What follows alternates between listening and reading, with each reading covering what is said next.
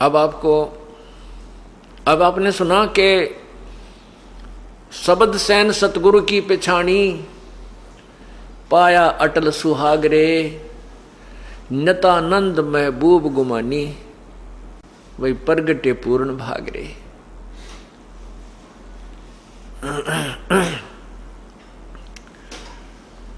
शब्द San, San माने संकेत, इशारा।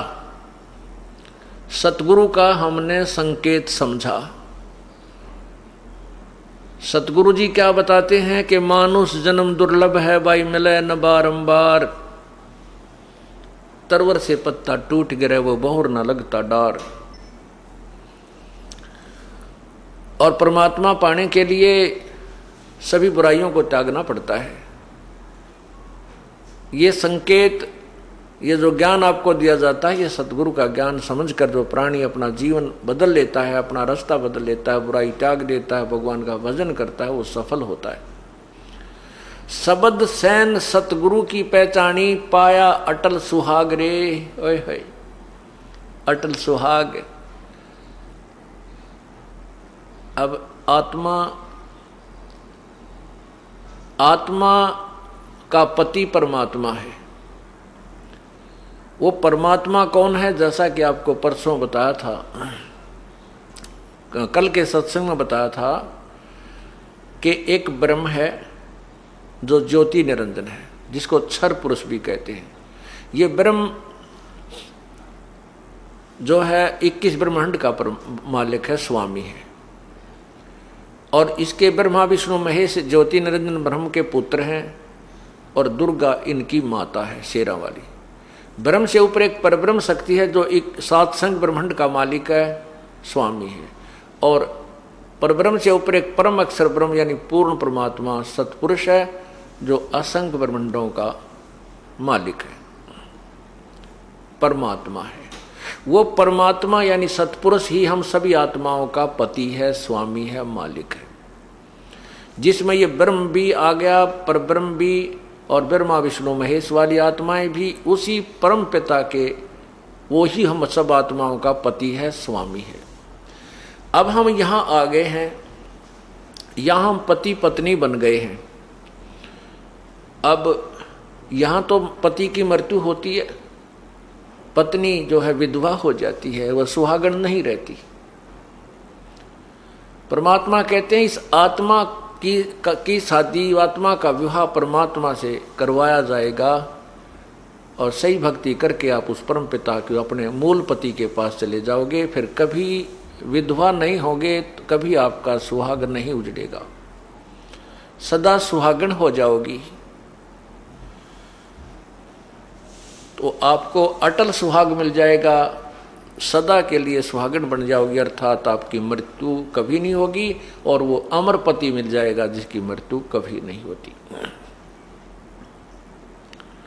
शब्द सैन सतगुरु की पहचानी, पाया अटल सुहागरे, नतानंद महबूब गुमानी। ओए होए, भाई प्रगटे पूर्ण भागरे। अब उस दिन को सराह रहा है, उस दिन की प्रशंसा कर रहे हैं नित्यानंद जी। जिस दिन वो संत के वचन सुनने को मिले, घर के पास में किसी और भगत के सत्संग हो रहा था। कहते मेरे कोई पूर्वले पर कोई अच्छे भाग थे मेरे, जो ऐसे संत मुझे मिले। नित्यानंद महबूब गुमानी। अब देखो पुण्यात्माओं, जिनको परमात्मा पाना है, जिन्होंने, उनकी हर क्रिया में एक न्यारी कसक होती है। अब गुरुदेव को महबूब कह रहे हैं, महबूब गुमानी, गुमानी दास। महबूब का अर्थ क्या होता है? सबसे प्रिय व्यक्ति। सबसे प्रिय व्यक्ति को महबूब कहते हैं, सबसे प्रिय वस्तु को, यानी सबसे प्रिय। महबूब शब्द प्रयोग किया गुरुदेव के लिए, तो कहते हैं नित्यानंद महबूब गुमानी। भाई प्रगटे पूर्ण भागरे। मेरे कोई अच्छे भाग थे, पूर्ण भाग थे, जो संत के दर्शन हुए और ये ज्ञान मुझे प्राप्त हुआ।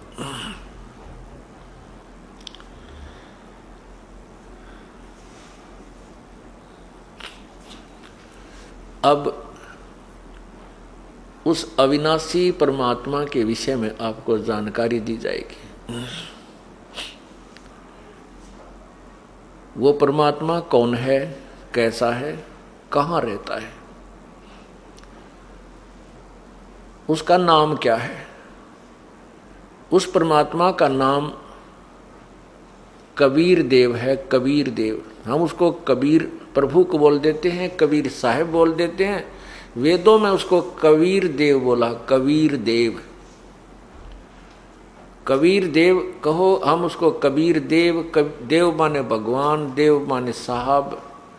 कबीर देव, कबीर भगवान, हम उसे अपनी एक लोकल भाषा में, लोकल लैंग्वेज में उनको कबीर कबीर कहने लगे। कबीर को वेदों में कबीर शब्द है। वैसे तो किसी भी शब्द, किसी भी अक्षर के शब्द के कितने ही बहुत से जो है ना अर्थ बन जाते हैं, लेकिन वो एक नाम भी होता है व्यक्ति विशेष का।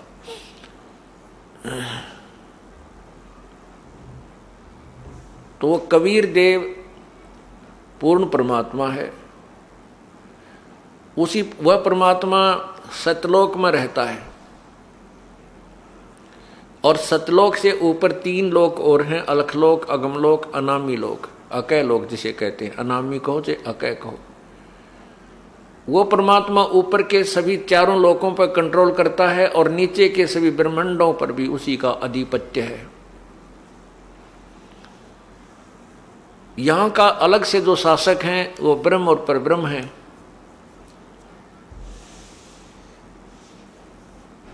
ये ब्रह्म कौन है? ये काल है।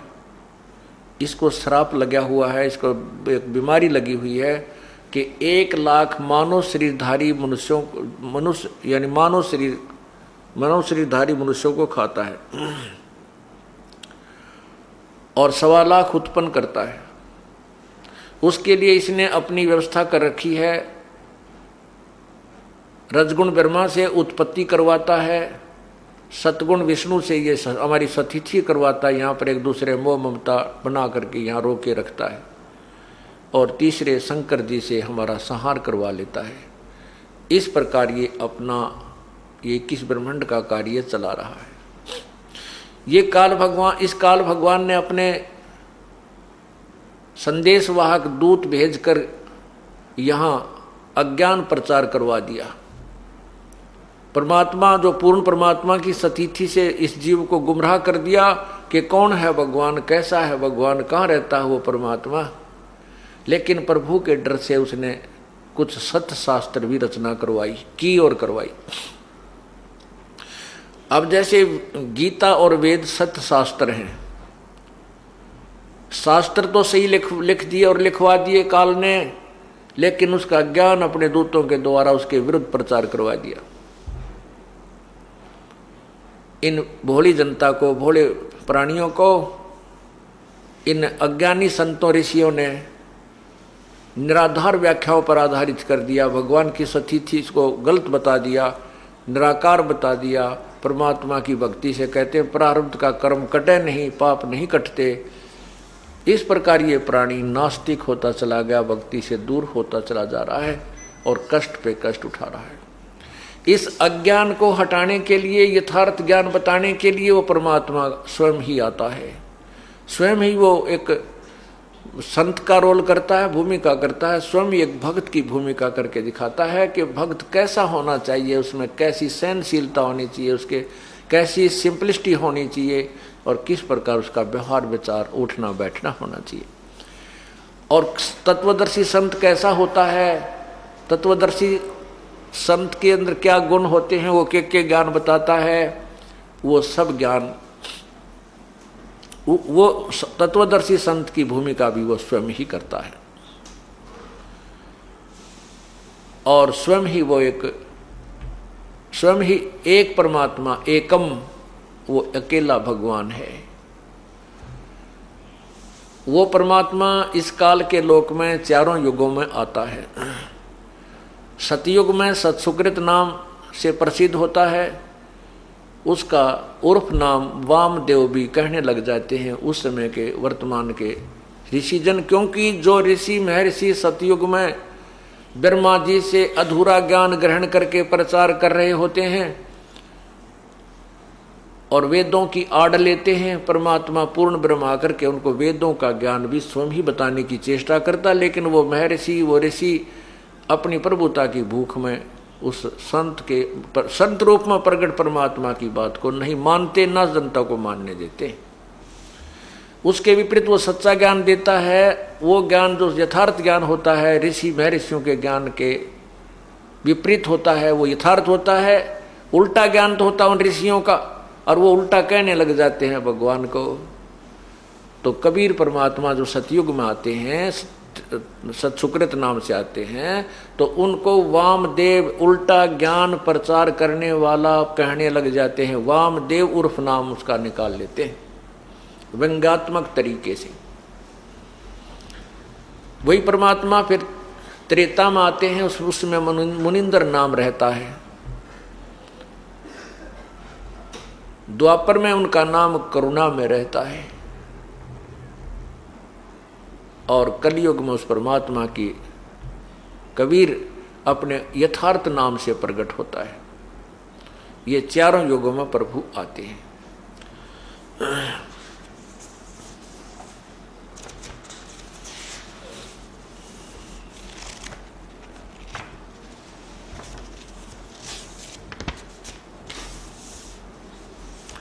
तो चारों युगों में आकर के परमात्मा अपनी लीला करके जाते हैं, ताकि वो की हुई लीलाएं अब कलयुग के, अब भक्ति काल में आपके समक्ष हों और आपको विश्वास हो जाए कि परमात्मा कबीर जी ही है। सतयुग में सतसुकृत अवतारा, त्रेता नाम मुनिंदर मेरा, द्वापर में करुणा में कहाया, कलयुग में कबीर कह टेरा। चारों युग में हम पुकारे, कूक कहा हम हेल रे, हीरे माणिक मोती बरसे ये जग चुगता ढेल रे।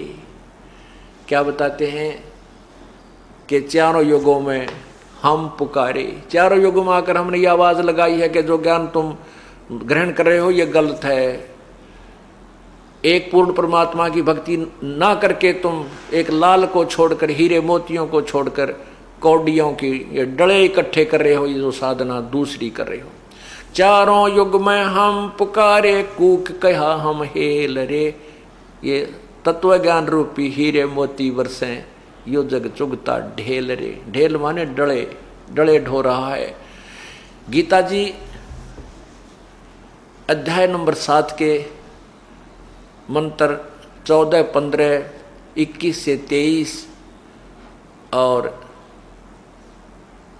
अध्याय नंबर 9 के श्लोक 21 से 23 और 25 में स्पष्ट किया है कि जो एक परमात्मा की भक्ति छोड़कर अन्य देवताओं की साधना वो भक्ति करते हैं, वो मूर्ख लोग हैं। और यही प्रमाण परमात्मा दे रहे हैं कबीर जी कि हम चारों युगों में आते हैं। कूक कूक कहा हम हेल रे, हमने आवाज लगा लगा कर जनता को समझाया और सच्चे ज्ञान रूपी हीरे मोती बरस रहे हैं, और सच्ची भक्ति ना करके ये लोग डले ढो रहे हैं, अन्य साधना, अन्य देवताओं की पूजा कर रहे हैं। फिर क्या बताते हैं? सतयुग में मनु समझाया, कालवश रहा नहीं मार्ग पाया, उल्टा दोष मोहे लगाया, वामदेव मेरा नाम धराया। परमात्मा आकर अपनी महिमा बताते हैं कि उल्टा दोष मेरे पर लगा दिया और मेरा वामदेव नाम रख दिया। सतयुग में मनु समझाया, मनु जी को परमात्मा आकर मिले, उसने सोचा ये मनु जी बहुत प्रसिद्ध हैं और यदि ये मान जाएंगे तो सारे समाज को, भगत को, मनुष्यों को ये समझा देंगे, लेकिन ये मान बड़ा इस जीव को परमात्मा के निकट नहीं आने देती। अब मनु जी की महिमा हो रही थी, सब ऋषि जन उनका आदर करते थे। अब मनु जी भगवान की वाणी को नहीं माना, उल्टा उन्हीं को दोष दिया। सतयुग में मनु समझाया, काल वश रहा नहीं मार्ग पाया, उल्टा दोष मोहे पर लगाया, वामदेव मेरा नाम धराया। सत्सुकृत कम कहते थे, वामदेव ज्यादा कहने लगे। त्रेता में त्रेता में नर नील चिताया, लंका में चंद्र विजय समझाया। सीख मंदोदरी रानी मानी, समझा नहीं रावण अभिमानी। विभीषण की नी सेव हमारी, ताते हुआ लंका छत्रधारी। कहते हैं कि मंदोदरी ने तो हमारी बात को माना, लेकिन रावण अभिमानी नहीं माना। विभीषण ने हमारी पूजा की, हमारी सेवा की, तो उसको लंका का राज्य हमने ही दिलवाया। आर गए जब त्रिभुवन राया, समुद्र पर सेतु मैं ही बनवाया। जब समुद्र पर पुल बना रहे थे, न वो नल नील से बन रहा था, ना भगवान श्री राम बनवाने में समर्थ थे, क्योंकि वो 3 दिन तक समुद्र में खड़े होकर के समुद्र से याचना कर रहे थे कि हे सागर राज, मुझे रास्ता दे दे। तब समुद्र ने एक विपर रूप धारण किया और बाहर आया, आकर के कहा, प्रभु आप ऐसा काम करो, लाठी भी ना टूटे और सर्प भी मर जावे, आप मुझे जलाओ मत, क्योंकि भगवान श्री राम ने अग्नि बाण निकालकर समुद्र को जलाना चाहा था। तब समुद्र ने मानव रूप धारण करके बाहर आकर के कहा था, समुद्र देवता ने, यानी इन प्रत्येक, जैसे सूर्य है, प्रकाश के जितने स्रोत हैं, और समुद्र है, वन है, पृथ्वी, इनका सब एक एक देवता होते हैं। वो जल देवता नहीं है, उस जल का कंट्रोलर, जैसे सिंचाई विभाग में चीफ इंजीनियर होते हैं, कंट्रोलर होते हैं, ऐसे वो देवता प्रकट हो गया उनके सामने आकर। तब उन्होंने बताया था कि आपके सेना में नल और नील नाम के 2 सैनिक हैं, इनके हाथ में शक्ति है। वो शक्ति नल नील को कैसे प्राप्त हुई थी डिटेल में तो आगे बताऊंगा, केवल एक संकेत आपको देता हूं। पहले ये भूमिका बना रहे हैं इस सत्संग की। तो नल नील भी नहीं कर सके। परमात्मा कबीर मुनिंदर नाम से त्रेता युग में आए हुए थे, नल नील उनकी शरण में आए थे। तब उनको परमात्मा ने एक शक्ति दी थी कि उनके हाथ से कोई वस्तु पानी में नहीं डूबेगी। तो नल नील भी उस दिन अभिमानी बन गए थे, तो भी तभी परमात्मा ने स्वयं जा करके एक अक्षेत्र के पहाड़ के पत्थरों को हल्का कर दिया था अपनी शक्ति से। उस पहाड़ के पत्थरों को उठा करके समुद्र पर पुल बनवाया गया था। आर गए थे जब त्रिभुवन राया, समुद्र पर सेतु मैं ही बनवाया। 3 दिवस राम अर्ज लगाई, समुद्र पर गटे युक्ति बताई। नल नील की शक्ति बताई ही, नल नील में मस्ती छाई। उन्हें कीन्या याद गुरुदेव, ताते हम शक्ति छिन लेव। नल नील को लगी अंघाई, ताते पत्थर तेरे निभाई। मैं कीने हल्के वो पत्थर भारी, सेतु बंधा रघुवर सेना तारी। मैं कीने हल्के वह पत्थर भारी, वो भारी पत्थरों को मैंने हल्का किया था। तब सेतु बांध रघुवर सेना तारी। तब उन हल्के हुए पत्थरों से समुद्र के ऊपर पुल बनाकर रघुवर यानी भगवान श्री राम ने सेना को पार किया। लीने चरण राम जब मोरे, लक्ष्मण ने 2 कर जोड़े। जब वो पत्थर हल्के हो गए और तैरने लगे, परमात्मा पूर्ण ब्रह्म जी कहते हैं कबीर जी कि जब मुनिंद्र रूप में मैं संत रूप में आया था, ऋषि रूप में, तब श्री राम ने मेरे चरण लिए और लक्ष्मण ने 2 हाथ जोड़कर मेरे से मेरी प्रशंसा की, बधाई दी, धन्यवाद किया। लीने चरण राम जब मोरे, लक्ष्मण ने 2 कर जोड़े। दोनों बोले एक विचार, ऋषिवर तुम्हारी शक्ति अपार। दोनों भाई राम और लक्ष्मण ने कहा कि हे ऋषिवर तेरी शक्ति अपार है। दोनों बोले एक विचार, ऋषिवर तुम्हारी शक्ति अपार। हनुमान नतमस्तक होया, अंगद सुग्रीव ने मान्या लोहा। कहते हनुमान जी भी नतमस्तक होए जब ऐसी लीला देखी। और अंगद जैसे महाबली जिन्होंने रावण के दरबार में अपना पैर रख दिया था कि अगर तू तेरे कोई योद्धा है तो मेरे पैर न हटा दे।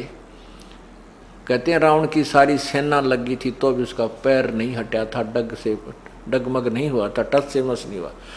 ऐसे महाबलियों ने, सुग्रीव जैसे विद्वान ने भी कहते हैं मेरा लोहा मान्या, अर्थात मेरी महिमा से प्रभावित हुए, मेरी शक्ति से प्रभावित हुए। परमात्मा स्वयं बता रहे हैं कबीर जी,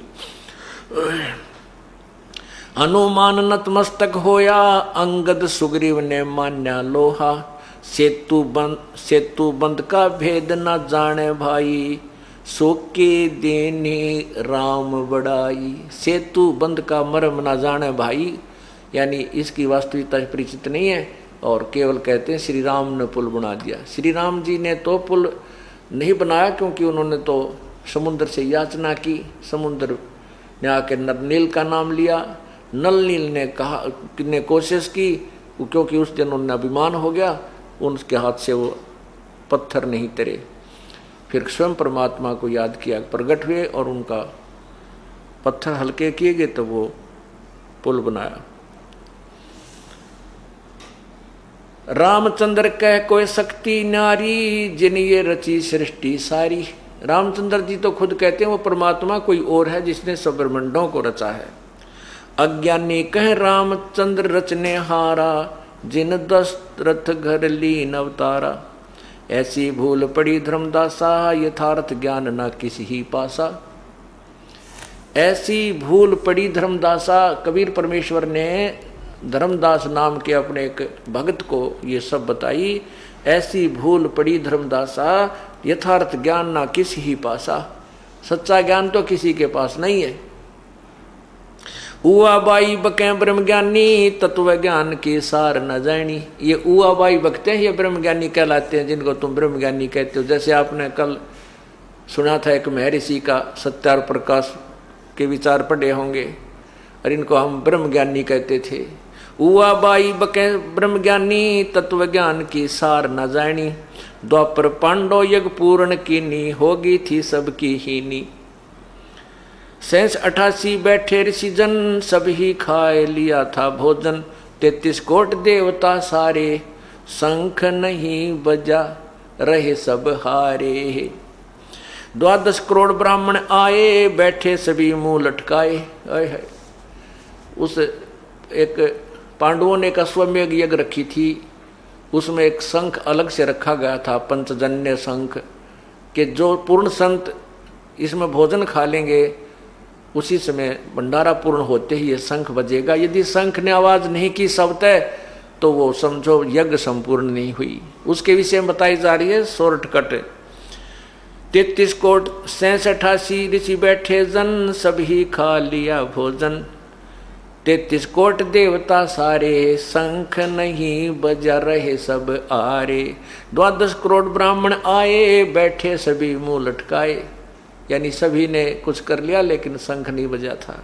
ब्रह्मा विष्णु शिव गुप्त यज्ञ माहे, बाजा ना शंख भोजन खाएं। ये ब्रह्मा विष्णु महेश भी कहते हैं गुप्त रूप में वहां विराजमान थे, उनने भी भोजन कर लिया तो भी शंख नहीं बजा। ब्रह्मा विष्णु शिव गुप्त यज्ञ माहे, बाजा ना शंख भोजन खाएं। 56 करोड़ यादव आरे, देख रहे तमाशा सारे। 56 करोड़ यादव वहां पर आए हुए थे और सभी ये तमाशा देख रहे थे। कृष्ण चंद्र पर लगी आशा भारी, नहीं बजा सके शंख बाल बिहारी। सभी पांडवों की या सभी उपस्थित ऋषियों की भगवान श्री कृष्ण के ऊपर आस थी कि ये भोजन खा लेंगे तो शंख बजेगा।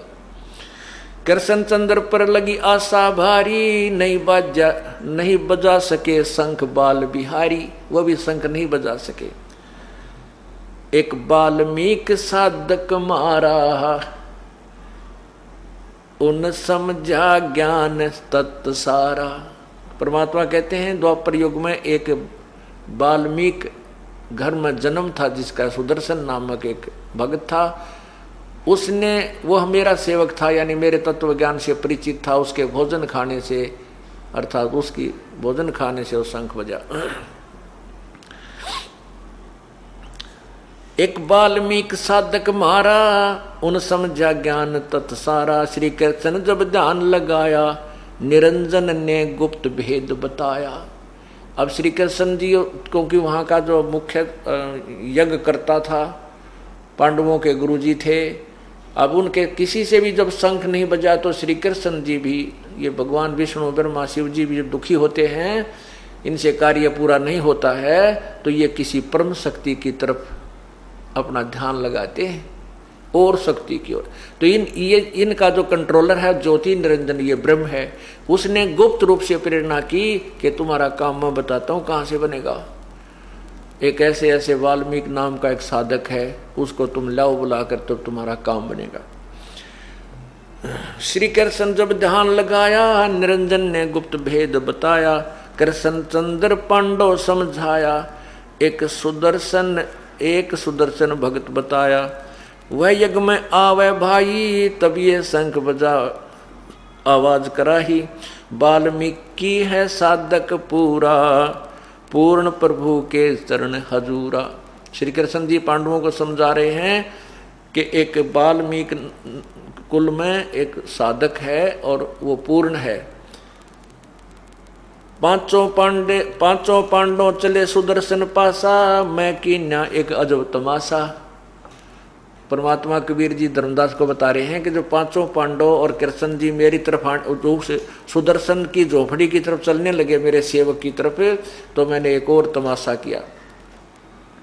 पांचों पांडव चले सुदर्शन पासा, मैं कीन्या एक अजब तमाशा, भेज दिया सुदर्शन के ठोरा, सुदर्शन रूप धर बन बैठा बोला। परमात्मा कहते हैं मैंने अपनी गुप्त प्रेरणा से सुदर्शन जी को तो कहीं और भेज दिया, और उसके स्थान पर मैं खुद बोला बड़ा वैसा ही बनकर बैठ गया।